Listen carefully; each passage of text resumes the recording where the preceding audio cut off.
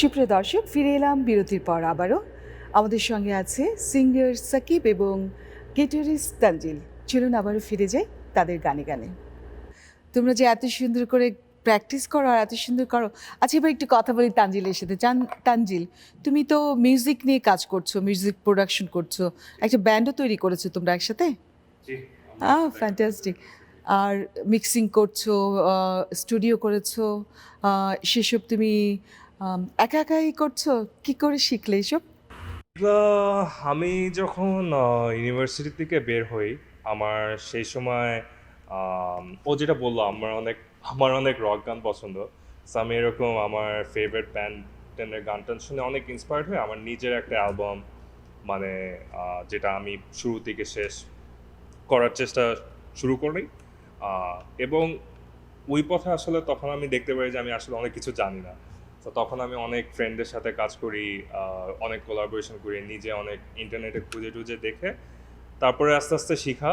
এবং এখন যেহেতু লাইক এমন একটা পর্যায়ে পৌঁছেছি যেখানে অন্য মানুষের কাজও আমি করতে পারি। তো তোমার একটা মিউজিক শুনতে চাই আমরা আজকে। কি শোনাবে? আজকে আমি একটা গান, এটা একটা অস্ট্রেলিয়ান একজন গিটারিস্ট, ওনার নাম জন বাটলার ট্রিও আর জন বাটলার। তার একটা ইনস্ট্রুমেন্টাল আছে যেটার নাম ওশান। হ্যাঁ দর্শক, আমরা আসলে আমাদের বাচ্চারা এত সুন্দর সুন্দর কাজ করছে।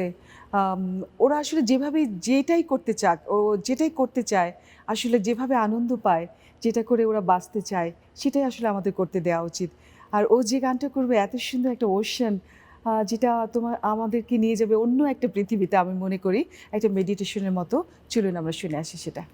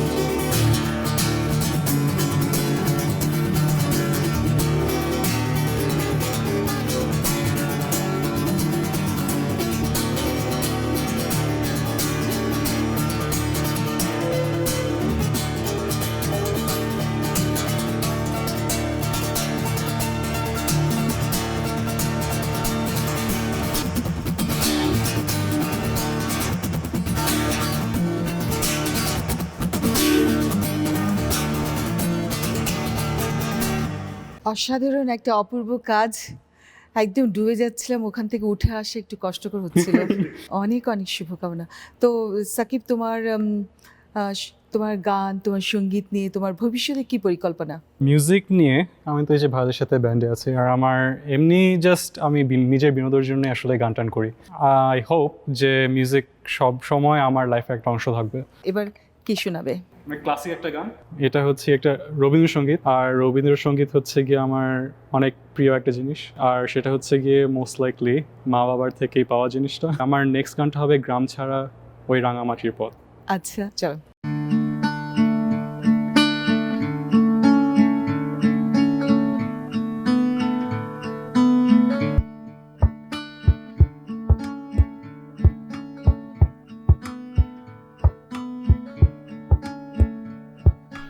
ও যে আমায় ঘরের বাহির করে, পায়ে পায়ে পায়ে ধরে, মরি হায় হায় রে। ও যে কে রে আমায় নিয়ে যায় রে, যায় রে কোন চুলায় রে, আমার মন ভুলায় রে। গ্রাম ছাড়া ওই রাঙামাটির পথ, আমার মন ভুলায় রে, আমার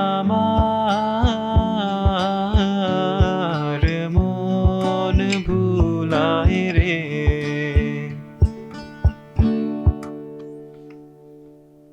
খুব সুন্দর, দারুণ হয়েছে। তোমার আব্বু আম্মু তো অনেক কবিতা পড়ে, তুমিও কবিতা পড়ো? কবিতা অতটা পড়ি না।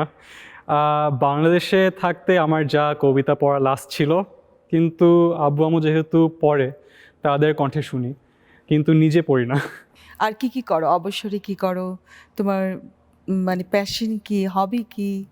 আমার গান বাজনা ছাড়া আমার আসলে এভিয়েশন যেই প্যাথে গিয়েছি, এটাই আমার সবচেয়ে বড় ড্রাইভিং ফোর্স। সো ফ্লাইং হচ্ছে কি আমার একটা অন্যতম প্যাশন। তাছাড়া আমি ক্রিকেট খেলতে ভালোবাসি, আমি আর অন্যেরা বাস্কেটবল খেলি, আর তাছাড়া মিউজিক নিয়ে থাকি। দারুণ, খুব ভালো লাগলো। তো এরপরে আমাদের কি গান শোনাবে তোমরা? নেক্সট গান আরবোভাইরাস, একটা আরেকটা রক ব্যান্ড বাংলাদেশের, তাদের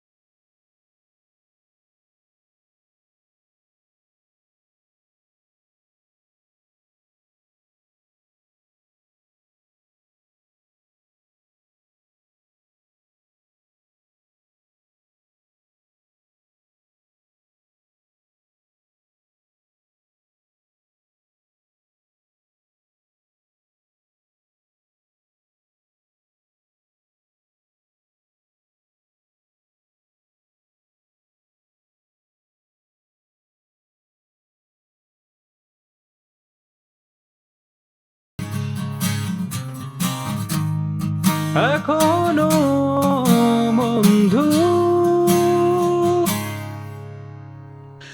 আয় আয় বন্ধুরা ফিরে আয়, শৈশব কৈশোরের ঠিকানায়, আর একটা দিন কাটুক না হয় সব ভুলে।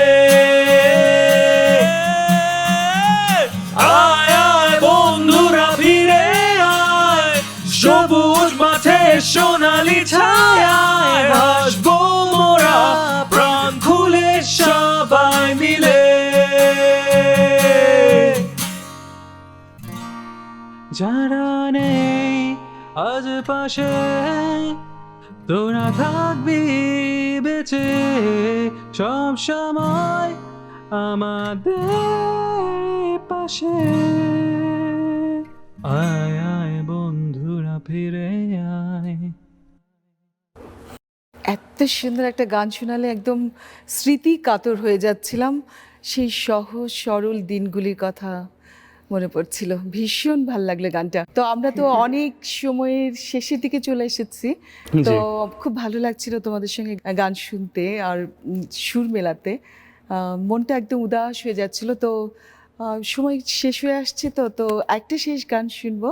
তার আগে একটু জানতে চাই তোমার কি স্বপ্ন? হোপফুলি শীঘ্রই আমি হচ্ছে গিয়ে কোনো একটি বড় এয়ারলাইনের সাথে জয়েন করে আকাশে উড়ে বেড়াবো। ইনশাআল্লাহ। আমার আই গেস দুইটাই ইচ্ছা। একটা হচ্ছে যে বাংলাদেশের ইলেকট্রিসিটি নিয়ে যদি আমি কোনো কাজ করতে পারি এবং উন্নতি আনতে পারি, যেন দেশকে সাহায্য করতে পারি। আর সেকেন্ডটা হচ্ছে এখন যেহেতু মিউজিক করা হচ্ছে, আমার মিউজিক নিয়ে যাদের কণ্ঠ শোনা যায় না, বলতে যারা গরিব, যাদের আসলে ওরকম ক্ষমতা নাই মানুষের সামনে কথা বলা, তাদের কষ্টগুলো যদি আমি ধরে উঠাতে পারি এবং তাদেরকে যদি কোনোভাবে সাহায্য করতে পারি আমার মিউজিক দিয়ে, তাহলে এই দুইটাই স্বপ্ন। ভীষণ ভীষণ মনটা ভালো লাগলো যে এত সুন্দর করে চিন্তা করো তোমরা মানুষের জন্য। তোমাদের শেষ গান শুনতে শুনতে আমরা বাড়ি ফিরে যাব। আমিও বিদায় নিয়ে নিব। তার আগে তোমাদের কাছে কিছু শুনতে চাই বিদায়ের কথা, আমাদের দর্শকদের জন্য, আমাদের নন্দন টিভির জন্য। প্রথমে শুরু করব আপনাদের সবাইকে ধন্যবাদ জানিয়ে আমাদেরকে আনার জন্য এই স্টুডিওতে, এই মঞ্চে। আমাদের গানগুলো আপনার সাথে শেয়ার করতে পেরে আমাদের খুবই ভালো লাগলো। আর thank you everyone at home, আপনারা আমাদের সাথে ছিলেন। আশা করি থাকবেন এই লাস্ট গানটার জন্য। নন্দন টিভিকে আসলে অনেক ধন্যবাদ আমাদেরকে এখানে আসতে দেওয়ার জন্য এবং এরকম সুন্দর একটা রাতে আমাদেরকে পারফর্ম করতে দেওয়ার জন্য। এবং আমাদেরকে যদি ফলো করতে চান, আমরা একটা ব্যান্ড হোয়াটস লেফট নামে আমরা ইউটিউবে আপাতত আমাদের ভিডিওগুলো দিচ্ছি।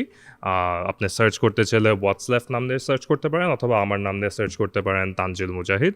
এবং আশা করি আজকে রাতের মতো আপনারা আমাদের গান শুনে আরও আনন্দিত হবেন। ভিউয়ার্স, আমি অবশ্যই আশা করব ওদেরকে ফলো করবেন ও ওদের ইউটিউবে বা ওদের চ্যানেলগুলোতে অবশ্যই সাপোর্ট করবেন, আমাদের সহযোগিতা থাকবে। তো আমিও বিদায় নিয়ে নিচ্ছি তোমাদের শেষ গান শোনার আগে। হ্যাঁ দর্শক, গান শুনতে শুনতে এতটাই ডুবেছিলাম যে কখন যে সময়টা শেষ হয়ে এলো, বিদায়ের পর্ব চলে এলো। আবারও খুব শীঘ্রই আপনাদের সঙ্গে দেখা হবে কোনো প্রিয় শিল্পীদের নিয়ে, প্রিয় সময় নিয়ে। আপনারা সেই পর্যন্ত অবশ্যই ভালো থাকবেন, সুস্থ থাকবেন এবং অবশ্যই নন্দন টিভির সঙ্গে থাকবেন। আমি জানি জানি আমি জানি জানি আমি জানি জানি